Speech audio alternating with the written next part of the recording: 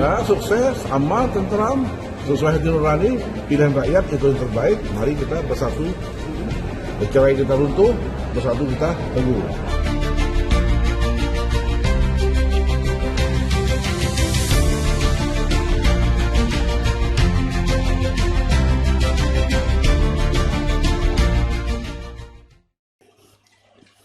Assalamualaikum warahmatullahi wabarakatuh. Waalaikumsalam. Salam Kapos, dimanapun Anda berada, jumpa kembali dengan Bang Edi di Ruang Berdaya. Ruang kali ini sangat istimewa karena memang paling banyak dan sering kali menjadi buah bibir di masyarakat. Soal bagaimana kekerasan terhadap perempuan dan anak masih menjadi satu momok yang menakutkan di Bangka Belitung. Nanti kita pengen tahu sudah seperti apa, berapa banyak data, kemudian apa saja yang melatar belakangi peristiwa-peristiwa ini masih menjadi sesuatu hal yang menakutkan di 7 kabupaten kota di Provinsi Bangka Belitung. Sudah hadir bersama saya Kepala Dinas Pemberdayaan Perempuan, Perlindungan Anak, Catatan Sipil, Keluarga Berencana Bangka Belitung. Beliau adalah Dr. Asraf Suryadi. Ya. Assalamualaikum Pak Asraf. Waalaikumsalam warahmatullahi wabarakatuh. Sehat Pak? Alhamdulillah. Beliau tentu tidak sendirian hari ini ya Pak Asraf. Ya, siap.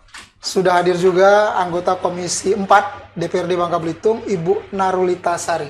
Assalamualaikum juga. Waalaikumsalam. Ibu Narulita, sehat selalu ya. Alhamdulillah sehat. Sekali lagi terima kasih Pak Asraf, Ya. Ibu Narulita sudah hadir di Ruang Berdaya. Semoga apa yang kita sampaikan hari ini bisa bermanfaat, bisa mengedukasi masyarakat, terutama soal bagaimana caranya kita sama-sama menghentikan stop kekerasan terhadap perempuan dan anak. Pak, untuk mulai hari ini, bisa tidak kita kemudian diberi gambaran secara umum, mungkin data dinas yang dimiliki soal kekerasan terhadap perempuan dan anak. Silakan. Ya, baik. Terima kasih. Pertama-tama saya apresiasi ya terhadap kegiatan ini. Dan saya rasa hari ini sudah tepat lah ya berada pada posisi gender yang 50-50 ya.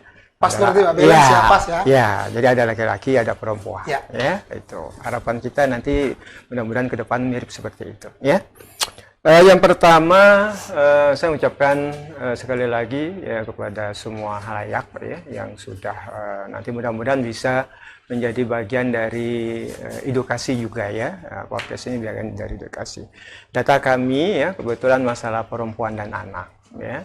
Kalau berdasarkan Simponi itu sistem informasi ya PPA. Jadi Simponi itu langsung dari pusat ya.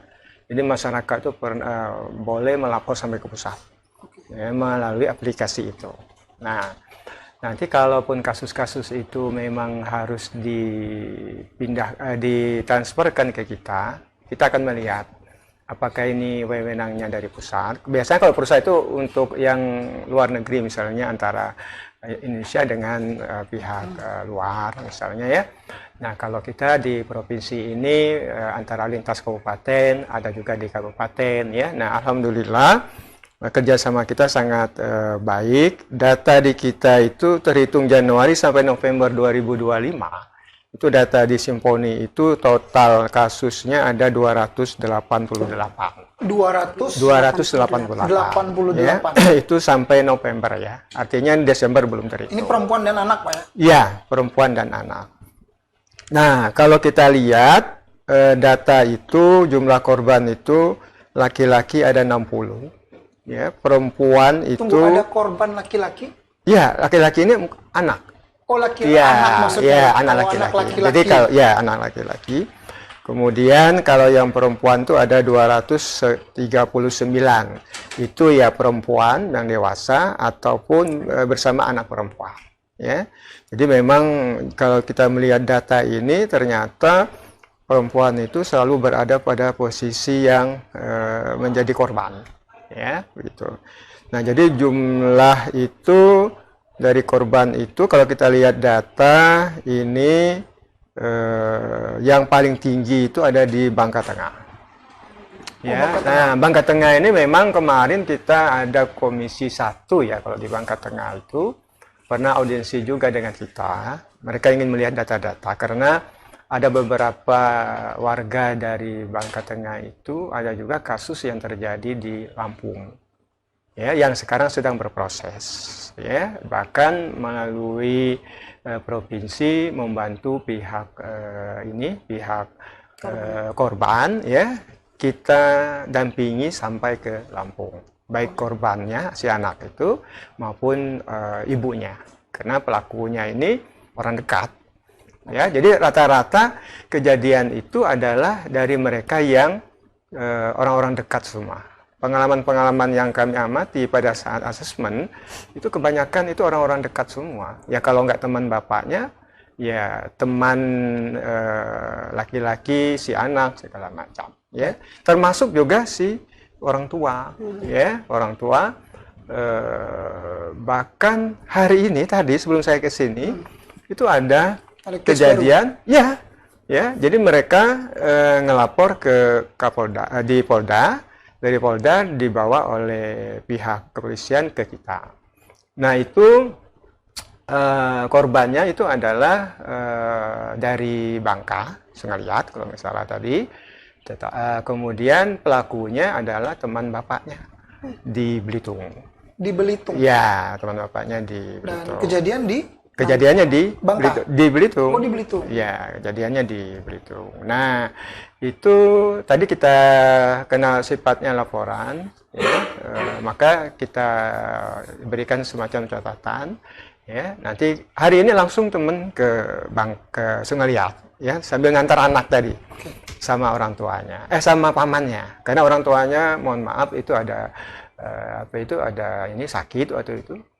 Jadi kalau kita melihat kronologisnya itu ya sangat luar biasa kadang-kadang. Memang belum ada tingkat persetubuhan, tetapi sudah mengarah ke sana. Ya. Nah, jadi itu salah satu untuk yang hari ini ya. Nah, itu. Tapi dia tadi tidak melalui sistem simfoni kita, mungkin langsung ngelapor. Langsung kan, ngelapor gitu, ya, itu. Nah, dari beberapa status korban-korban itu ada yang sudah statusnya dalam berproses, karena kita itu dianggap selesai itu apabila pertama mungkin ada yang sifatnya mediasi. Mediasi ini biasanya misalnya pertengkaran antara suami dan istri kita mediasikan. Ya, kemudian antara istri, anak dengan suami ya kita usahakan mediasikan. Kalau yang sifatnya pertengkaran. Tapi kalau yang sifatnya masalah kekerasan terhadap perempuan dalam bentuk pelecehan segala macam, biasanya kita giring sampai ke kita dampingi sampai ke pengadilan. Karena begini, kadang-kadang masyarakat itu kan ada yang yang merasa malu, merasa takut. Nah, kita kebetulan ada pendamping hukum. Nah, dari kabupaten kota itu biasanya mereka akan melakukan ke kita kalau di kabupaten kota tidak ada pendampingan hukum. Alhamdulillah kita itu kan dibantu oleh dana DAK ya. Hampir semua kabupaten kota itu punya dana DAK. Kecuali tahun ini Bangka Selatan. Ya, tapi Bangka Selatan kalau ada kasus-kasus ya tetap kita bantu ya dari dana yang ada di kita kasus-kasusnya. Yang penting ada laporan aja lah buat kita ya, sehingga kita bisa dokumentasikan. Nah, maunya kita itu kan masyarakat ini kadang-kadang udah setengah jalan tiba-tiba ya udah Pak selesaikan karena kami merasa malu segala macam. Maunya kita kan jangan sampai begitu, biar ada pembelajaran. Biar terus sampai selesai. Nah, kalau untuk kasus-kasus anak ya memang kalau kita melihat memang korban itu kadang-kadang kalau kebanyakan ini kan anak ya korban itu ya. Nah, dari beberapa korban yang ada pada anak itu sebenarnya kalau anak ini kan macam-macam, bukan hanya masalah kekerasan.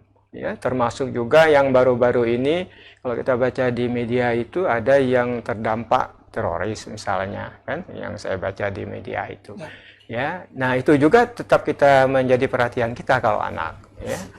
Nah, kalaupun nanti dalam perjalanannya itu ada hal yang bisa kita bantu, kita selesaikan karena kita punya rumah aman juga untuk mengamankan mereka biar agak tenang untuk sementara selama beberapa hari ke depan. Biasanya sekitar 12 hari atau 14 hari. Ya, kurang lebih hampir 2 minggu biasanya. Ya, begitu ya. Kalaupun nanti misalnya ada ya, istri misalnya takut pulang misalnya ya, kalau nggak ada pendampingan dari keluarga ya bisalah ya bersama kita ya itu, dan alhamdulillah fungsinya juga sudah baik lah ya. Jadi kita bisa dialog dengan mereka. Nah, permasalahannya itu kebanyakan ini karena pengaruh media ya. Salah satu ya media itu maksudnya media elektronik yang ya, seperti penggunaan HP segala macam. Nah, baru-baru ini kami juga melakukan pemulangan korban TPPO ya, dan itu kita bantu sampai ke dalam pesawat. Jadi kita tuh naik juga ya, melihat benar nggak dia masuk itu ya. Nah, nanti di Jakarta itu nanti ada tim penjemput juga dari Yang tim jemput juga sampai ke pesawat juga nggak? Hah? Yang jemput? Ya, biasanya sampai betul-betul dia lihat. Harus Jangan lihat, kan? sampai nanti setelah itu dia kemana-mana kan. Nah, nanti sampai ada foto dia bersama keluarganya. Nah, kalau udah sampai keluarganya udah ya. Tapi mudah-mudahan itu tidak hanya sekedar setelah kembali ke keluarga kemudian dia akan berusaha tempat lain segala macam. Itu juga kadang-kadang menjadi perhatian buat kita. Itu beberapa hal ya yang nampaknya memang harus kita kita antisipasi secara bersama-sama. Saya agak terima kasihlah support dari berbagai macam untuk mengurangi kasus-kasus itu. Maka kami di Dinas DP3 Aceh SKB ini melakukan pendekatan dengan cara pendekatan secara keagamaan. Kami pernah mengundang dari beberapa organisasi perempuan untuk datang dengan latar belakang keagamaan yang berbeda untuk bisa menyampaikan informasi itu kepada masyarakat, apakah melalui khotbah kalau yang muslim ya melalui khotbah Jumat misalnya, kalau yang perempuan barangkali mungkin ada di beberapa keagamaan yang lain itu mungkin bisa melalui khotbah-khotbah mereka tentunya ya, dan itu agak mengurangi karena kita pernah melihat dan mengamati status naiknya pernikahan di usia anak kan cukup tinggi waktu itu, dan salah satunya itu kebanyakan kadang-kadang memang sudah terjadi korban kekerasan terhadap perempuan ya, sudah menjadi korban ya, mau nggak mau ya mungkin sebagian orang udah nanti dinikahkan misalnya seperti itu, tapi pada prinsipnya kami tidak menganjurkan akan hal itu ya. Nah, maka dari itu ada semacam pendekatan dari sisi sosiologis kita, kemudian ada juga pendekatan dari sisi keagamaan. Ini menjadi tugas kita semua. Makanya saya sebagai orang, selain birokrat, sebagai orang akademisi yang menyampaikan juga ini kepada mahasiswa-mahasiswa saya. Ya, itu. Makanya lebih cepat terpublis lah ya informasi itu agar mahasiswa melalui informasi yang kami sampaikan ataupun melalui KKN. Sekarang kami sedang melakukan usaha kerjasama dengan perguruan tinggi. Pada KKN-KKN itu mohon nanti bisa mengundang pihak dinas ya supaya mereka juga bisa memberikan slot untuk kami bisa menyampaikan kepada mereka, atau mereka yang KKN kita ajak diskusi, tolong temanya tentang masalah ini. Masalah ini ya. Ya, karena kebanyakan ini yang terjadi ini memang di desa. Ya, keawaman mereka ya terhadap masalah-masalah tertentu ya menjadikan itu perlu untuk kita untuk kita edukasikan kepada mereka. Nah, memang kalau kita lihat jenis kasus-kasusnya itu ya menarik sebenarnya. Oke. Ya, baik. itu. Baik Pak, jadi kalau saya catat ada 288 ya? 288 jumlah kasus. Oke, ya. 288, 60 diantaranya adalah korbannya adalah laki-laki, anak-anak ya selebihnya betul. adalah perempuan, anak-anak perempuan dan perempuan dewasa. Ya, Kurang lebih begitu Pak ya? Ya, baik, betul. detail nanti akan kemudian saya lanjutkan pertanyaan kemudian. Saya akan ke Bu Narulita dulu. Bu, kalau Ibu melihat apa yang kemudian menjadi background kita, ternyata lumayan banyak Bu tahun ini. Dari Januari per November gitu Pak ya? Iya, Januari sampai November. 288 perempuan dan anak. Ya. Bagaimana kemudian catatan Ibu sebagai wakil rakyat? Iya, secara jumlah 288 itu sudah banyak. Apalagi dibandingkan dengan jumlah penduduk kita yang hanya 1,5 juta. Jadi secara persentase sebenarnya kita ini cukup tinggi terjadi kekerasan untuk perempuan dan anak. Itu yang menjadi fokus kami juga di Komisi 4 DPRD Bangka Belitung ya, karena belum lama ini juga saya langsung mendapatkan juga laporan dari korban gitu kan, bahwa pelakunya adalah orang tua kandung, dan itu sangat miris sekali. Saya sampai benar-benar terkejut ya, maksudnya merinding, kok bisa gitu, maksudnya sampai orang tua kandung gitu tega gitu melecehkan anak kandung sendiri. Itu terjadi. Nah, itu yang menjadi fokus kami kepada Dinas Perempuan dan Anak ini juga, bahwa hal-hal seperti itu semoga di Bangka Belitung ini jangan terjadi kembali. Tadi yang kata Pak Asraf bilang benar, orang-orang terdekat yang paling dekat dengan kita, yang kita merasanya nyaman, kita merasa aman, malah itu sebenarnya yang tidak membuat kita aman. Nah, ini yang ingin kita telusuri, apa, kenapa, dan bagaimana menyiasati itu supaya tidak terjadi kembali. Nah, kalau saya pikir, kenapa sampai terjadi seperti itu? Banyak hal yang membuat hal-hal itu terjadi ya, faktor ekonomi, faktor pendidikan gitu kan, terus kebiasaan keluarga juga banyak sekali. Dan kita mungkin sebagai ibu, saya sebagai ibu kurang aware pada anak-anak gadis kami ya, yang mungkin yang sudah beranjak gadis, yang sudah ada perubahan mungkin di bentuk tubuh. Harusnya kami sebagai ibu ini harus lebih aware gitu ya, maksudnya tentang berpakaian anak, terus pergaulan anak gitu ya, harus lebih aware lagi. Mungkin ibu-ibu yang, mohon maaf sekali, yang ekonominya menengah ke bawah, kadang-kadang sibuk mencari rezeki di luar, membantu suaminya mencari rezeki, kadang-kadang lupa bahwa ada anak yang di rumah yang butuh perhatian dan butuh penjagaan khusus gitu. Di era yang goncangan gadget yang luar biasa ini, video-video yang tidak ada disensor, mungkin seperti itu, yang muncul iklan-iklan yang anak-anak tuh tidak tahu dari mana tiba-tiba bisa melakukan hal-hal yang ternyata anak sama anak pun melakukan itu gitu.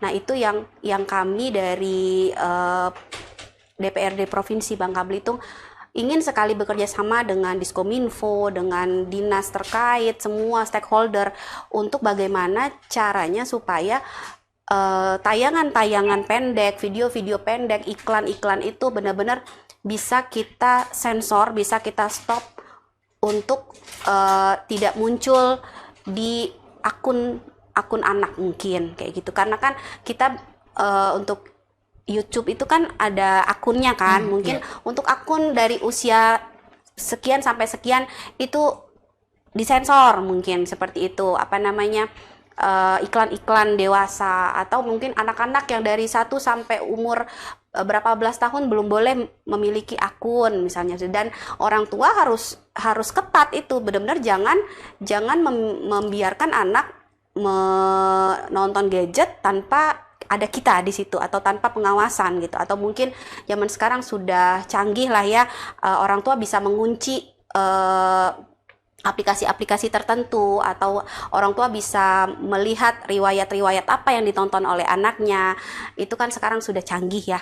Jadi maksudnya orang tua dimanapun berada, bukan hanya di Bangka Belitung, tapi kita mentionnya di Bangka Belitung ya, untuk aware terhadap anak-anak, apa yang ditonton anak-anak, dan apa yang dilakukan anak-anak di luar rumah, di sekolah, itu benar-benar kita perhatikan. Dan kita benar-benar nggak apa-apa jadi ibu yang bawel menurut anak-anak zaman sekarang ya, tapi itu untuk kebaikan, yang cerewet, tapi itu untuk kebaikan anak-anak kita gitu.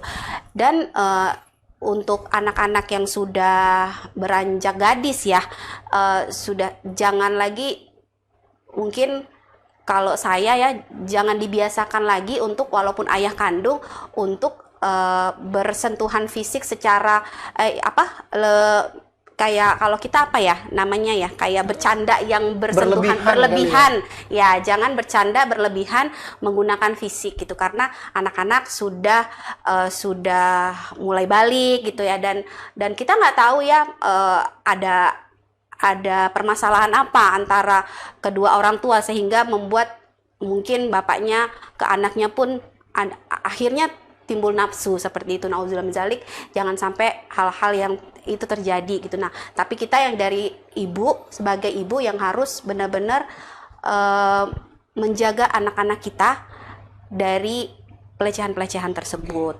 Nah, dan kita juga sebagai ibu harus berani speak up kayak gitu. Misalnya terjadi kekerasan fisik di rumah tangga, atau misalnya ada kekerasan-kekerasan terhadap anak-anak kita yang dilakukan bahkan mungkin dari orang tua sendiri gitu kan, dan kita harus berani tadi melaporkan ke dinas terkait, melaporkan ke kepolisian misalnya.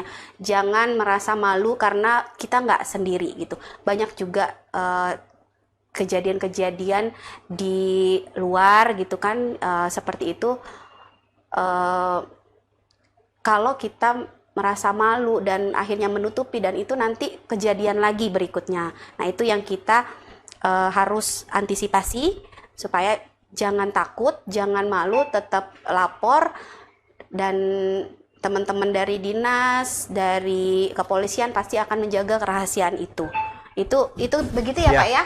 Pokoknya kita harus menjagalah privasi mereka juga, jangan kayak misalnya dari dari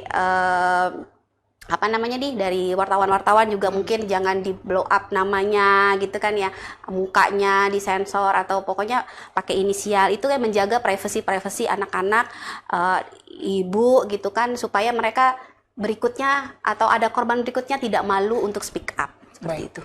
Artinya yang paling penting adalah peran orang tua, karena Betul, rumah ya. peran orang tua. Baik, Pak Asraf.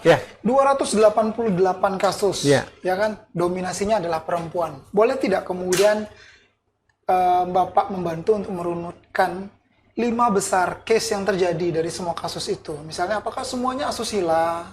Apakah kemudian semuanya ada yang kekerasan KDRT saja, KDRT-nya saja, atau apa? Yang paling paling tinggi, 1, 2, 3, 4, 5 deh, Pak. Oh ya, baik ya, terima kasih. Tadi apa yang disampaikan oleh Ibu Nurita ya, memang peran media itu ibarat dua sisi mata pisau. Ya.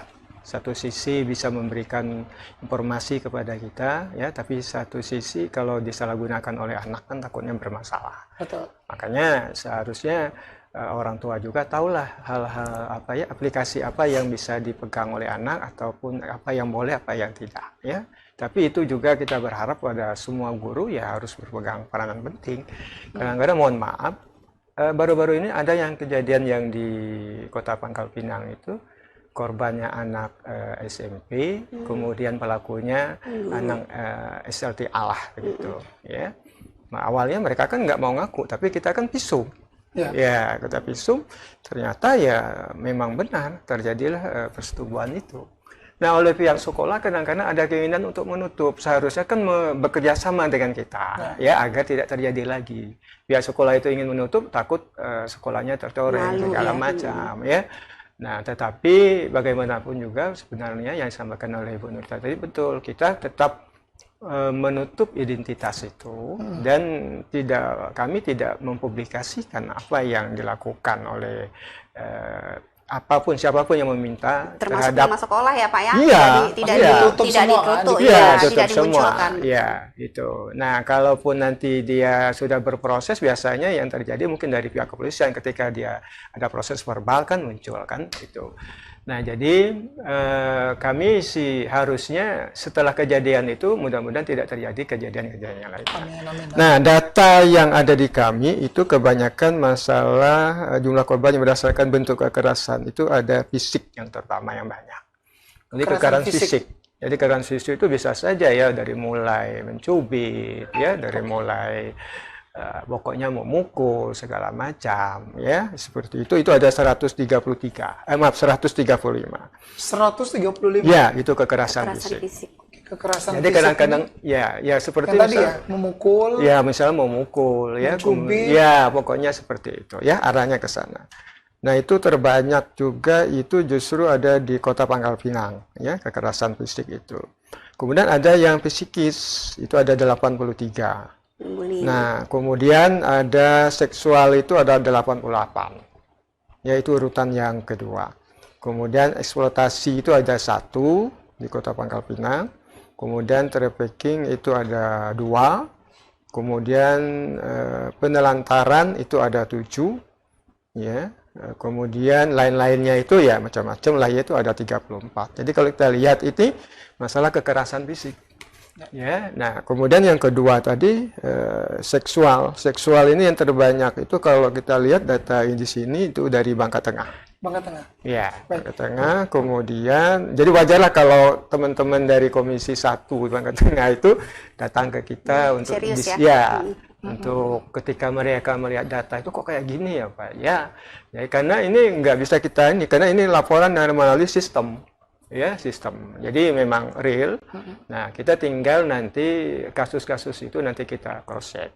Ya, jadi walaupun untuk kasus itu kejadiannya ada di kabupaten, kota ataupun pelakunya ada di situ, tapi kita tetap menyampaikan informasi itu kasus ini sudah sampai di mana. Baik, Ya. Pak, kalau satu-satu kita kupas, kemudian yang pertama tadi adalah soal fisik, itu Ya. yang paling banyak 100 berapa tadi? 135. 135 Ya, itu dominasi di mana, Pak? Nah, Di kalau wilayah mana? itu Kabupaten kalau mana? kita melihat wilayahnya ada di Kota Pangkal Pinang. Pangkal Pinang. Ya, ya. Itu case-nya seperti apa, Pak, kalau fisik, Pak? Ya, kalau ya seperti tadi kan kadang-kadang orang itu hanya ada apa itu misalnya dia mencubit ya, kemudian kena biasanya kan ada visum ya. Ya kalau di visum nanti kan ketahuan, itu kan nggak bisa dibohongi kan. Nah, itu nanti ngelapor. Nah, ini yang biasanya yang akhirnya sering terjadi mediasi. Ya, mediasi, dan biasanya penyelesaiannya kadang-kadang tidak sampai ke tingkat pengadilan. Ya, itu. Tapi Kalau mungkin boleh fisik. tidak, Pak, mencontohkan 1-2 dari 130 lebih itu yang memang menjadi kategori, oh ini fisik yang begini dominan yang terjadi di Kota Pangkal Pinang. Nah, di data kita tidak mencontohkan Spesifik secara gitu. fisik ya, tidak begitu dinampakkan ya misalnya.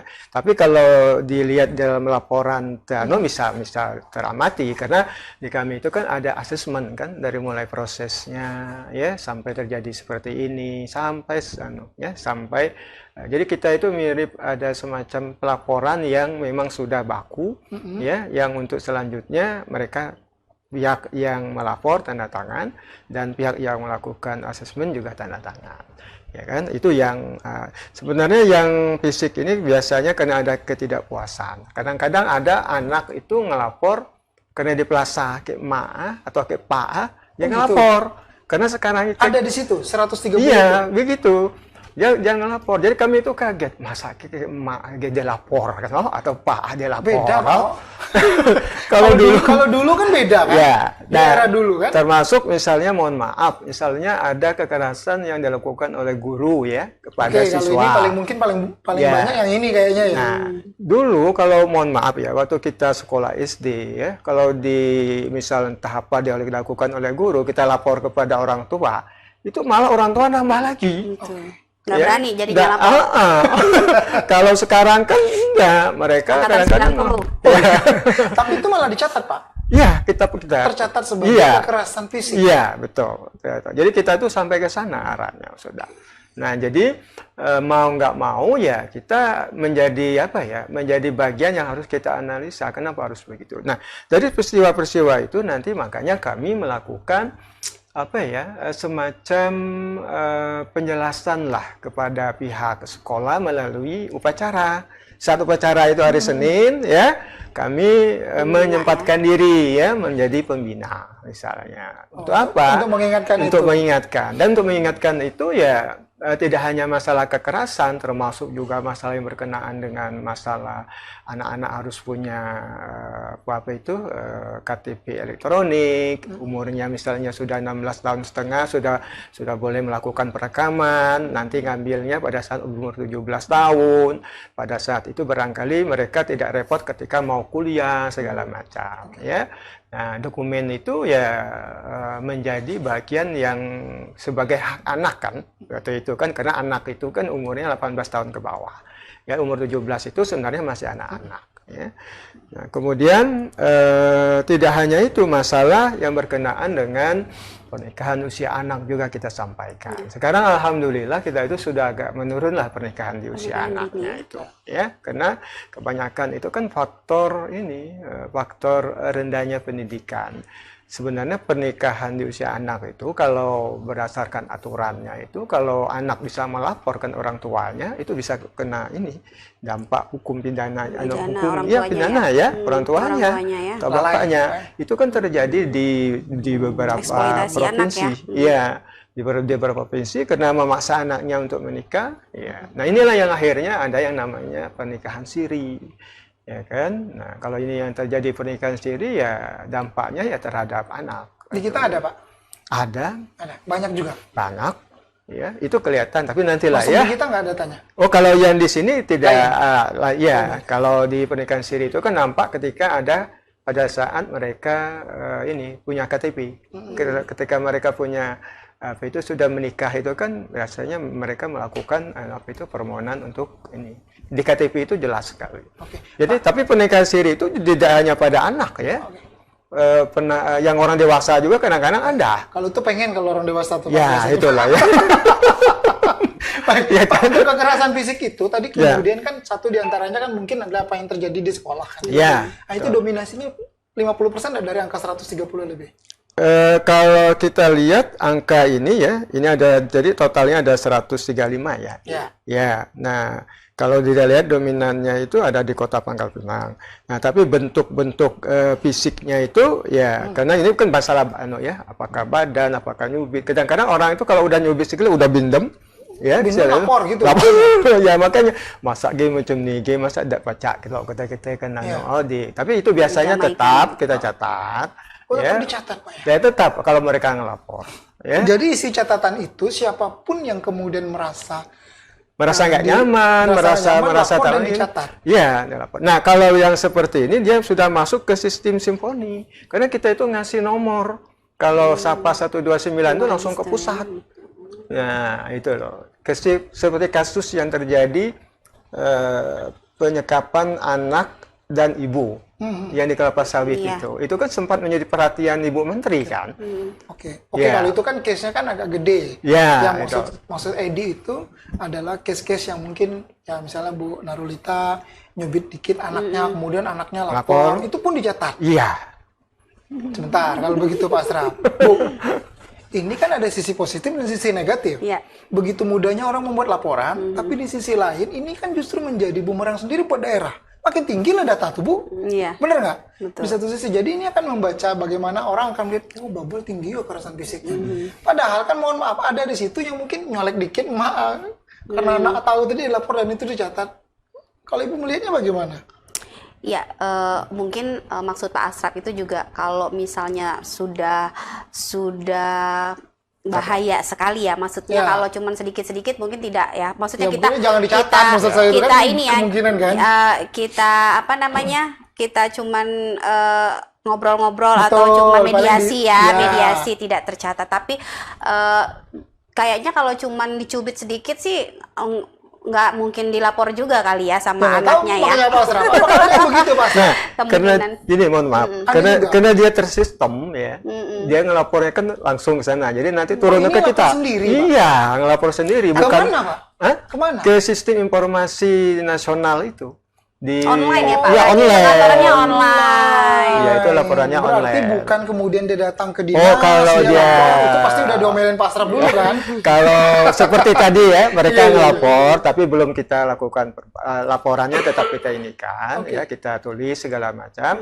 Tapi lapor ke kepolisian sudah belum? Kata teman ya nanti Pak kita cross check dulu, karena yang bawa itu pihak kepolisian. Tapi tadi kita antar sampai ke rumahnya, karena ini sudah mengarah kepada pelecehan seksual. Berarti di garis bawah ini ada pelaporan online, pelaporan online. Ada laporan juga manual, masih konvensional. Betul. Kalau dipilah sekarang, berapa yang kemudian masih tradisional atau konvensional ke dinas? Kebanyakan yang ini, yang online. Kebanyakan yang online. Iya, Kalau kebanyakan yang ke online. dinas langsung ada? Kalau ke dinas itu ada, ya, tapi nggak begitu banyak ya, karena mereka berpikir kalau dari Kayaknya yang berat-berat baru lapor ke Bapak ya, kayaknya. kalau misalnya dari Sungaliat mau ngelapor, mungkin mereka pertimbangannya kan mungkin bisa saja melapornya ke pihak ini ya, pihak di Kabupaten Bangka. Atau dari Tobuali misalnya, mereka bisa langsung kan kalau online. Karena kami itu punya dua, selain dari online yang langsung ke pusat, ya ada juga yang langsung ke UPTD ada ya? dinas. Ke Oh, dinas dinas juga ya, langsung di ada, kota Kabupaten. ada. Yang ke dinas ada. Nah, kalau yang ke dinas itu biasanya kalau sudah tahu langsung, kadang-kadang teman-teman itu bekerjanya seperti ambulan. Artinya kalau ada laporan malam itu juga bisa Langsung ya biasanya kerjasama dengan pihak kepolisian. Nanti pihak kepolisian biasanya nelpon kita. Nelpon, saling bantulah gitu ya, apa yang bisa kita bantu ya. Nah, kalau udah misalnya biasanya kadang-kadang teman-teman itu di pihak kepolisian itu kadang-kadang nelpon kami di provinsi, walaupun kasusnya misalnya di Kota Pangkal Pinang, tapi kami tetap melibatkan pihak Kota Pangkal Pinang untuk Dimintai datang bantuan bersama-sama. untuk itu ya? Ya, untuk bersama-sama. Berkolaborasi lah. Bu, bagaimana Bu Ibu melihatnya Bu dengan gaya, style, gaya berpikir anak-anak zaman sekarang yang notabene juga menjadi satu dari sekian banyak faktor yang membuat mereka menjadi dalam tanda kutip ya korban kekerasan.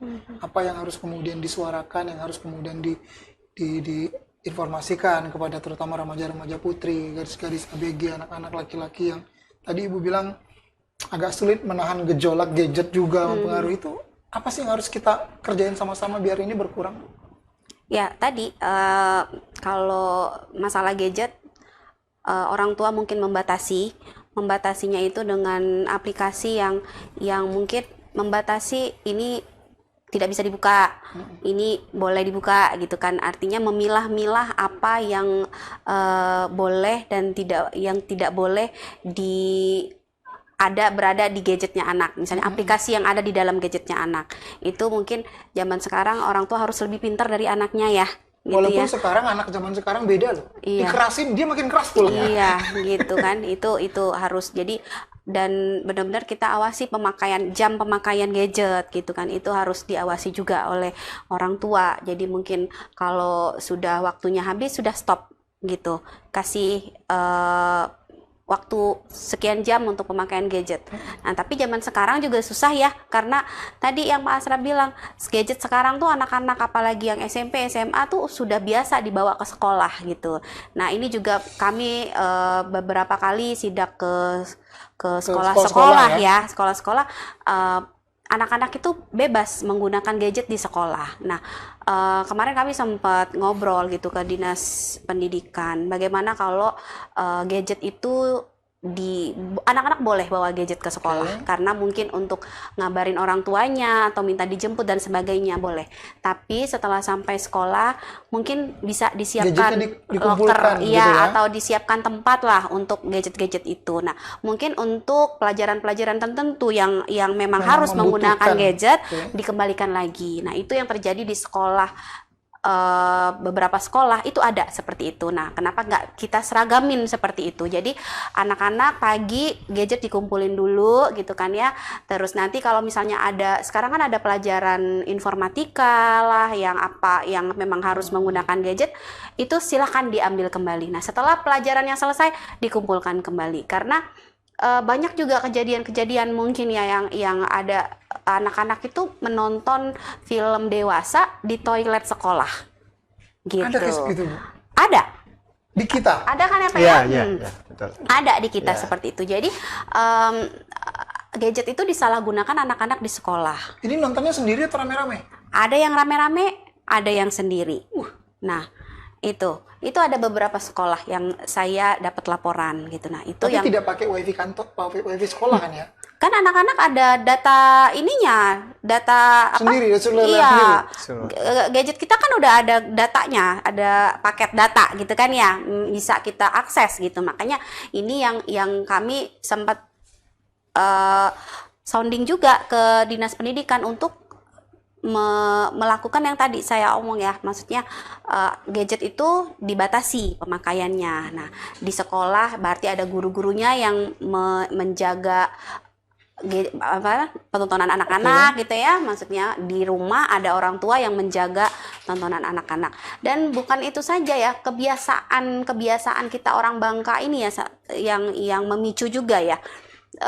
Saya perhatikan ya, mohon maaf nih para bapak-bapak nih ya, saya sendiri cewek di sini nih. Kalau bapak-bapak Bangka itu kadang-kadang merasa saya ini kepala keluarga, saya harus dilayani, gitu ya. Maksudnya istri harus melayani suami dari segi apapun, dari makan, dari pakaian dan segala macamnya. Suami taunya hanya cari uang. Nah itu sebenarnya Kurang tepat ya? ada sedikit apa ya sedikit kebiasaan itu yang akhirnya membuat tadi kekerasan fisik itu terjadi gitu, karena merasa tidak mau saling bekerja sama di dalam rumah tangga. Nah itu yang banyak kalau saya perhatikan kita di Bangka itu kebiasaan keluarganya seperti itu. Jadi lelaki itu kadang minta dilayani 100% ya gitu kan, sehingga kadang-kadang ibu-ibu ini juga tingkat stresnya tinggi gitu kan ya, karena banyak tugas yang tidak bisa berbagi gitu Itu kan ya. kemudian dilampiaskan kepada anak. Betul. Dan akhirnya tingkat stres tinggi, siapa yang bisa dilampiaskan? Nggak mungkin melampiaskan kepada suami kan ya? Karena udah takut duluan. Karena sudah takut duluan dan tenaga lebih besar suami kan ya. Anak lah jadi korbannya, diteriak-teriaki kayak gitu kan, dipukul akhirnya, dan setelah itu baru orang tua merasa menyesal. Nah, sedangkan sudah terjadi gitu. Itulah maksudnya kebiasaan-kebiasaan itu mungkin yang harus kita sama-sama rubah gitu ya. Kita di sini sama-sama merubah bahwa rumah tangga itu bukan hanya tugasnya istri gitu. Rumah tangga itu tugasnya kita bersama-sama gitu. Kalau misalnya istri tidak sempat untuk mencuci piring, mungkin suami bisa bantu okay. gitu ya. Atau suami boleh dong ngambil nasi sendiri gitu ya. Boleh dong menyiapkan meja makannya sendiri, nggak harus menunggu istri gitu ya. Itu kebiasaan-kebiasaan itu yang mungkin nanti teman-teman yang menonton ini mulai lakukan gitu. Jadi pertengkaran antara rumah tangga, kalau istri itu kan paling maunya dipahami gitu ya. Dimengerti gitu ya.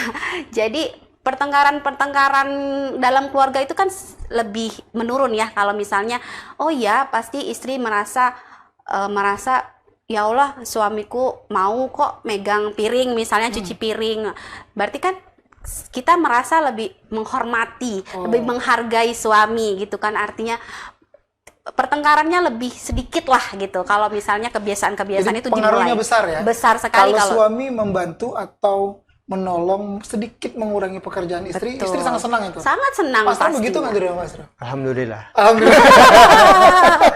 Mohon maaf nih ya para bapak-bapak. Oke. Tapi betul, di satu sisi mungkin benar ya Pak Asraf ya. Memang kadang-kadang suami juga egonya juga tinggi juga ya. Kita paham betul ya, tapi istri juga ya win-win solution aja lah kalau rumah tangga lagi. Komunikasi ya. Komunikasi ya, baik. Pak Asraf, kalau kemudian kan itu juga dari data juga kemudian ada yang paling dalam tanda kutip serem itu adalah kan kekerasan seksual ya. Asusila kepada anak, terutama laki-laki, perempuan juga ada, itu yang paling mendominasi. Nah, kalau yang terdata dari Bapak, background latar belakangnya itu selain orang dekat apa lagi Pak? Ya, jadi begini. Selain orang dekat itu, yang dimasukkan orang dekat ini mungkin ada hubungan Orang yang darah mengenal ya, sama-sama kenal seperti ya, itu. hubungan darah. Bisa saja itu kalau yang kejadian di salah satu kabupaten itu justru 1,5 tahun baru bisa terungkap. Itu iya, jadi Suanafe itu pelakunya adalah teman bapaknya, ya itu. Nah itu akhirnya kita juga turun, kok kenapa nggak terungkap-ungkap ya, akhirnya kita turun. Dan itu biasanya itu bisa nampak dari sisi perilaku anak. Sebenarnya kalau orang tua, betul kata Ibu Nurita tadi, kalau orang tua itu dekat dengan anaknya, biasanya curhatan anak itu kan selalu nampak ya. Kalau udah biasa dekat. Ya. Nah, jadi waktu itu kami lakukan asesmen, anak itu awalnya ceria, periang, segala macam. Tiba-tiba dia murung gitu loh. Itu pasti ada. Nanti, pasti ada sesuatu ya, jadi lah itu adalah salah satu indikator yang bisa nampak ya kepada seorang anak. Akhirnya anak itu dipindahkan tempat sekolahnya ke tempat lain segala macam. Nah, akhirnya terungkap. Itu hampir 1,5 tahun loh kita baru tahunya. Tapi akhirnya kita mendatangkan pihak pendampingan hukum kita untuk menggali informasi itu. Nah itu. Nah kemudian selain orang dekat itu teman-teman dekat. Kebanyakan itu anak-anak tadi itu kan. Ya betul, kadang-kadang media informasi melalui mohon maaf misalnya seperti video segala macam itu. Kadang-kadang ada anak itu nonton bareng, ya, yang ibunya kadang-kadang tahu, tapi ibunya mungkin nggak paham apa yang ditonton anak, tapi anak dia tahu bahwa anak itu sedang nonton bareng gitu loh. Nah itu yang pernah terjadi di beberapa tempat, tapi enggak di Bangka Belitung, tapi mudah-mudahan tidak terjadilah di Bangka Belitung dengan gaya yang seperti itu ya. Nah, tapi itu bentuk-bentuknya itu sudah mengarah kepada hal-hal yang demikian. Nah, pengaruh saya sependapat lah ya, artinya ada beberapa sekolah yang memang betul HP itu misalnya disimpan, ya itu salah satu. Nah, yang lebih ini juga kalau ada komitmen juga saling meriksa HP gitu loh. Maksudnya saling meriksa apa yang ada di HP mereka masing-masing. Misalnya kalau saya HP suami diperiksa istri, istri periksa suami, HP anak diperiksa. Ya, nah ini kalau bagus, Pak. Saya begitu soalnya, Pak. Iya. Jadi kalau saya itu alhamdulillah lah. Diperiksa ya. juga, Pak. Kuncinya saya kasih juga, tapi kadang-kadang kadang-kadang adalah kededep sampai tahu. Sampai tahu ada yang nyasar gitu ya. Pernah berarti, Pak? Pernah? Belum. Kita itu kan kadang-kadang ada ya nomor HP itu kan kadang-kadang muncul pas kita kasih itu dikirim kawan kan kita kan udah tahu lagi ya. soynya. Ya. Kan bisa saja terjadi kan ya itu loh. Tapi kalaupun nanti ya itu saling kepercayaan lah ya. Jadi ya tapi alhamdulillah lah. Tapi kan kalau di dalam mobil bak itu kan mobil truk itu biasanya kan ada di belakang itu jaga jarak, quotes itu ya. Ya, jadi ada tulisan-tulisan ya gitu ya. Apa itu hapus pesan sebelum pulang. Dan itu terjadi waktu saya di daerah Ketapang itu. Loh kok bagus sekali nih. Hapus pesan sebelum pulang. Jadi sekarang sebelum pulang hapus semua dulu, Bapak. Ya, jangan sampai itu terjadi pencegahan, yang kan. Ya, pencegahan. Pencegahan. Pencegahan KDRT itu salah satu termasuk. Jadi itu teman-teman dekat ya. Kemudian bisa saja karena perilaku ya. Perilaku makanya kita itu kan harus bisa membedakan antara menutup dan membungkus. Ya, nah jadi kalau membungkus itu ya karena tadi bicara tentang gula aren ya itu kalau dibungkus kan lekuknya masih kelihatan itu. Orang tua dulu kalau ngitung jumlah gula aren di dalam itu walaupun dibungkus pakai daun pisang kan masih bisa itu dihitung berapa jumlahnya. Itu kalau membungkus. Jadi kalau membungkus itu lekuknya masih kelihatan. Mohon maaf, dan mudah-mudahan anak-anak kita pun dari sisi berpakaian, ya. Nah, jangan sampai nanti berpakaian yang mengundang ya keinginan orang untuk berbuat melecehkan gitu ya. Nah, jadi faktor-faktor itu yang memang harus dijaga, ya, terutama ya. Mata juga harus dijaga lah ya. Serba susah sebenarnya Pak kalau menjaga mata. Tapi kata orang kan kalau memandang sepandang itu ya nggak apa-apa Pak, ya. Tapi kalau mandangnya lama tapi nggak bergerak, itu gimana kan itu? Itu sudah termasuk pelecehan ya Pak? Oh iya. Boleh lapor berarti Pak. Jadi begini, kita itu ada peraturan surat edaran. Bahwa memandang dengan penuh nafsu juga nggak boleh, Pak. Emang ada bedanya, Pak? Iya, ada. Bagaimana, Pak? Memandang penuh nafsu itu, Pak? Ya, jadi biasanya itu indikasinya kalau perempuan sudah nggak nyaman, kok kenapa dia memandang saya kok seperti itu, ya kan? Nah itu sebenarnya kalau dia merasa nggak nyaman, ya perlu. Dia boleh lapor? Ya, dia boleh lapor. Tapi bentuknya ya kadang-kadang makanya kami itu ya kasus-kasus yang awalnya tidak dianggap biasa ya, nah, tapi akhirnya kan berdampak hukum Ya, pernah itu terjadi. Oke. Ya, itu. Tapi kemarin kita beberapa waktu yang lalu, kita ini kan ada beberapa case yang termasuk viral besar. Satu diantaranya yang saya ingat itu adalah kekerasan ibu. Kalau Bapak Ashraf dan Bu Narulita ingat, itu adalah yang baru-baru ini ibu yang menyetrika anak. Iya. Ya, Ya, itu kan viral sekali. Sampai mungkin seluruh ibu, tidak hanya di Bangka Belitung, mungkin di Indonesia menangis sekali mendengar kisah itu kan. Nah, itu juga kemudian beberapa yang kemudian bercerita bagaimana anak perempuan, anak kandung, anak tiri yang kemudian bertahun-tahun menjadi teman intim bapak sendiri. Bapak sendiri itu kan sesuatu yang sangat bagaimana sih, sangat miris sekali ya sebagai perempuan ya. Nah, kalau Bu Narulita melihatnya apa yang terjadi dengan kita ya Bangka Belitung, kok case-case yang sebenarnya mungkin ya kalau bisa jangan banget seperti ini tuh. Gimana perasaan seorang perempuan Bu Narulita melihat itu? Tadi di awal sudah saya ungkapkan ya, maksudnya saya merasa sedih sekali, merasa merinding nggak selesai-selesai waktu saya mendengar ayah kandung melecehkan anak kandungnya. Dan tadi yang ibu kandung menyetrika anaknya. Dan ada ayah sambung yang juga mengeksploitasi anaknya secara seksual ya, itu ya, maksudnya itu sangat miris, sangat keji sekali itu benar-benar. Nah, tapi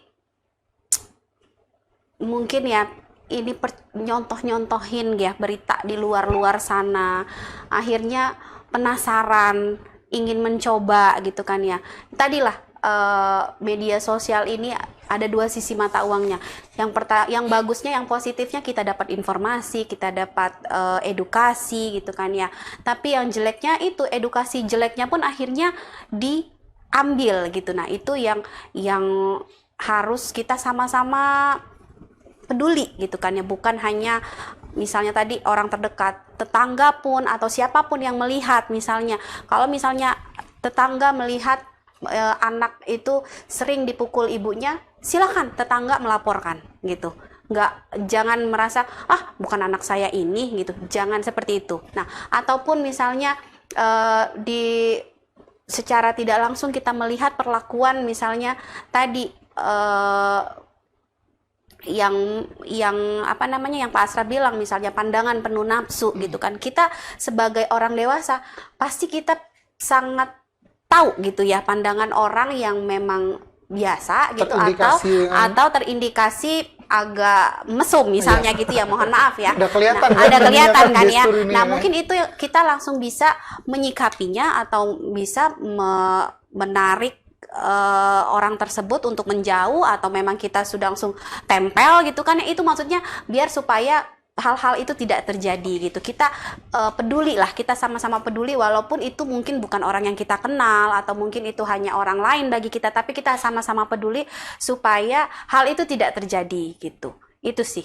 Oke. Tapi kalau dari sisi karakteristik kita orang Bangka Belitung, rasa-rasanya agak tidak begitu ya, Bu. Apa yang kemudian terjadi? Apakah ada pergeseran pemahaman sosial juga nih Pak Ashraf kalau melihatnya Pak Ashraf? Ya, kalau saya amati ya dari sisi akademik ya ini ya, itu sebenarnya ada pengaruh yang berkorelasi ya dengan apa yang diamati oleh anak-anak ya melalui berbagai macam informasi. Sebab begini, beberapa kasus-kasus yang kami alami itu bahkan yang kami amati itu ya, bahkan ada cara-cara mereka itu kadang-kadang lihat YouTube ya, bagaimana cara misalnya ya melakukan aktivitas mohon maaf misalnya menghabiskan korban dengan cara apa, dengan bagaimana, kemudian cara dia terinspirasi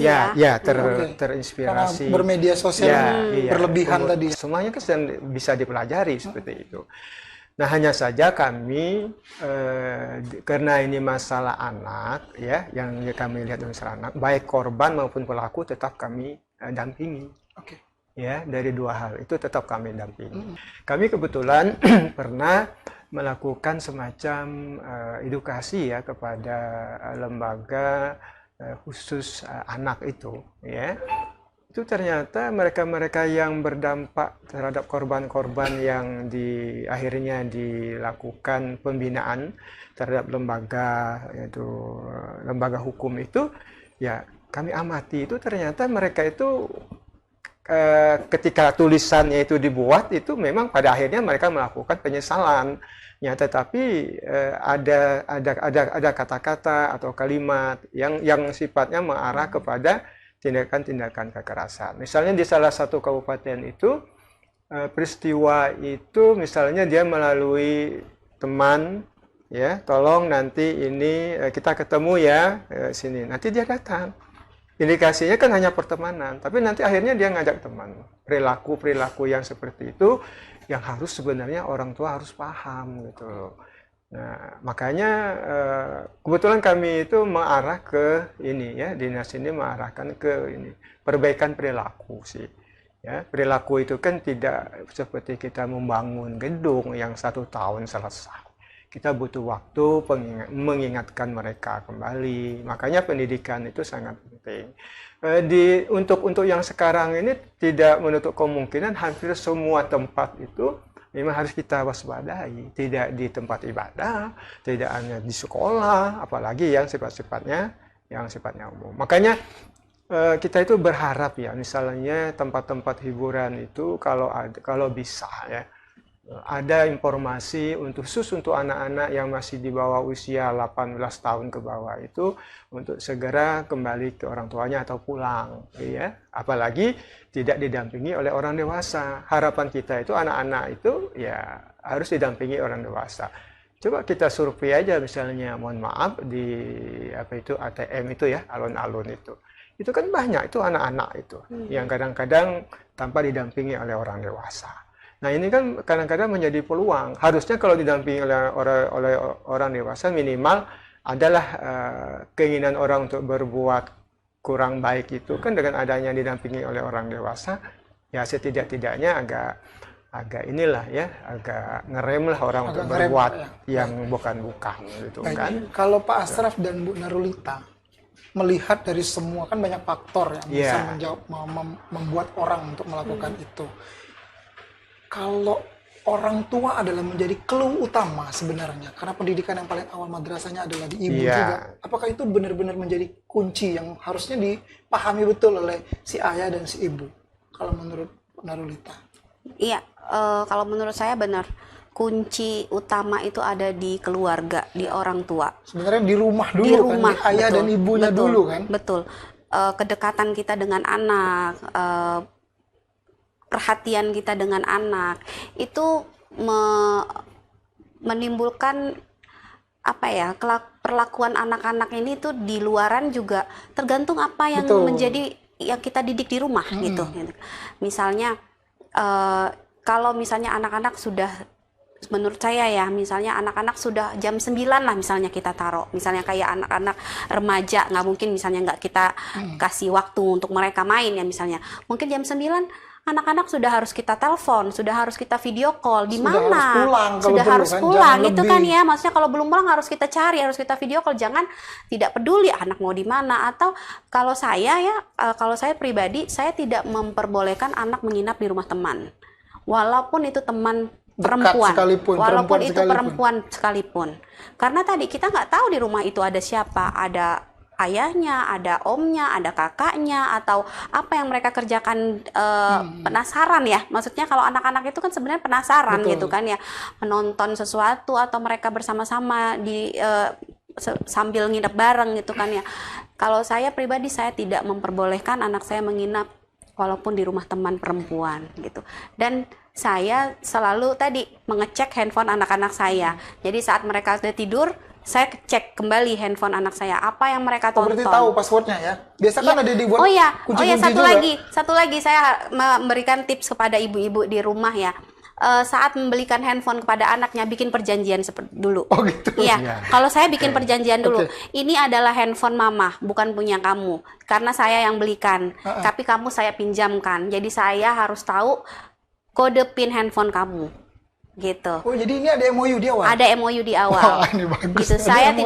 Saya nggak boleh, maksudnya anak-anak saya nggak boleh kemudian handphone itu menjadi privasinya dia. Privacy dia tidak. No, Tidak. kalau ibu mau buka harus Iya, buka. karena itu belinya menggunakan uang saya. Ih, bagus Gitu. juga nih Pak. Saya kasih tips untuk ibu-ibu seperti itu ya. Oke. Jadi Tapi nanti ini berlaku untuk anaknya saja. Ini Anaknya berlaku suami saja. istri tidak? kalau suami enggak. Oh enggak. Lebih baik mencegah tidak tahu. Gitu ya Pak ya. Gitu. Jadi saat anak-anak tidur saya akan periksa riwayat tontonannya apa, riwayat Google itunya apa, Chrome-nya apa, itu saya akan periksa semua. Termasuk media sosialnya, Instagramnya, Facebooknya, semua saya periksa. Komen-komen anak saya pun di temannya saya akan periksa dari tutur kata bahasanya. Misalnya ada anak-anak zaman sekarang kan suka menyebut binatang ya biasa mereka ya. Itu akan saya komen. Kalau menurut saya baca misalnya ada komen mereka ke temannya seperti itu atau pesan yang seperti itu, saya akan wanti-wanti itu. Selama ini ada yang kedapatan nggak yang mungkin wah kok mulai aneh nih di anak? Pasti ya, maksudnya anak apalagi anak saya yang maksudnya menginjak remaja ya pasti ada tadi yang Pak Asraf Dan itu langsung bilang ibu ya. tegur dan Iya, maksudnya ya? kita sebagai ibu tuh pasti paham gitu kenapa ada perbedaan kelakuan anak kita. Mungkin dia kenapa sekarang sukanya di kamar saja, kenapa dia lebih pendiam. Itu kita pasti akan merasa mengetahui gitu, maksudnya jiwa keibuan kita tuh pasti langsung kayak ngeh gitu. Kenapa anak saya tiba-tiba nggak mau keluar kamar nih, pastikan kenapa anak saya tiba-tiba pendiam, tidak mau bercerita. Itu saya akan datengin kamarnya, tapi tidak mengekspos ya, maksudnya tidak langsung tiba-tiba nanya, tidak, tapi lebih ke kita ngobrol-ngobrol santai dulu, nanya dulu kegiatannya apa gitu kan ya. Terus setelah itu dia sudah mulai mencair suasananya, baru tanya, "Kenapa? Kamu kenapa Mama perhatikan misalnya begini lebih pendiam, terus di kamar nggak keluar-keluar misalnya gitu." Dan ada saatnya memang kita harus tegas gitu. Misalnya saat handphonenya kita sita, ya kita sita gitu. Saat misalnya sudah tidak bisa nasehati, ya saya akan melakukan itu. Simpan handphonenya gitu. Untuk beberapa tegas waktu. nih beliau nih. Kalau Pak Asraf, Ya, bagaimana Pak Asraf? Peran ayah dan ibu Ya. di rumah. sebenarnya yang paling cemas terhadap anak perempuan atau anak itu sebenarnya kan ayahnya. Ya. Tapi yang Cinta lebih pertama dekat, anak ya. perempuan itu kan ayah. Tapi yang lebih dekat itu kan ibunya. Biasanya kan ayah itu kan suka nyuruh ibunya nelpon ayahnya. Agak gengsi Bapak ya. Ya, coba Bapaknya telepon, agak gengsi ya. coba telepon anaknya, Ya. ya, sampai sudah di mana segala macam. Tapi kadang-kadang ada ibu bilang begini, istri bilang, kan ada telepon masing-masing, kan yang nelpon. Tetapi ada ya sebenarnya yang cemas itu sebenarnya bapaknya juga, ya itu. Pasti orang tua kan namanya. Ya, maka dari itu kadang-kadang alhamdulillah dengan adanya komunikasi itu, ya seperti Ibu Nita sampaikan, kita bisa melihat di mana dia kan menggunakan teknologi itu. Itu kan manfaatnya teknologi. Betul, cuma saya memang belum sampai meriksa HP anak lah. Belum, ya. belum periksa kayaknya Pak. tapi ya karena dilihat gerak-geriknya, Masih, ya alhamdulillah. Artinya ya, curhatan-curhatannya kepada ibunya. Nanti ibunya juga nyampaikan kepada kita, hanya sebatas itu. Nah biasanya kadang-kadang ya kebetulan ya saya masih punya anak satu yang masih yang bungsu yang memang dari sisi keterbukaan itunya tinggi ya kepada ibunya. Oh, tapi jadi kalau dia cerita semua. Ya, tapi kalau cerita uangnya udah hampir habis, ceritanya ke Kenapa, saya. Pak? Oh, ada partnya, ada bagian-bagian. Ya, ada bagian. Nah, Pak, tapi kalau kemudian apa yang kemudian diperlihatkan, dipertontonkan oleh ayah dan ibu di rumah juga menjadi kunci kan? Betul. Nah, jadi kita itu kan ada pembelajaran lah dari orang tua dulu ya. Yang kadang-kadang kan kita itu nggak boleh ngobrol pada saat makan misalnya ya. Kalau orang tua dulu kan begitu ya didik kita. Tapi kalau begitu orang tua kan ngobrol kalau saat makan, ya itulah kesempatannya. Makanya sekarang dibuka aja komunikasi itu ya. Memang benar Kadang-kadang kita ini karena masing-masing sibuk, ya akhirnya ya makan sendiri, ya masak, nyuci piring pun sendiri. Tapi kadang-kadang kalau saya tuh sering mengingatkan, kalau kita itu paling nikmat itu ketika di bulan puasa, di mana buka Sahur. bersama, Ngumpul. ya sahur bersama, menyampaikan informasi bersama. Nah, tapi kalau dalam di bulan Ramadan itu kadang-kadang kan sudah kesibukan, ya, makanya kualitas berkeluarga itu kan sebenarnya kan harus tinggi. Dari rumah ya Pak ya? Ya, itu kualitas berkeluarga itu di keluarga itu harus tinggi. Pertama adanya mulai keterbukaan. Ya memang seharusnya lebih terbuka lah.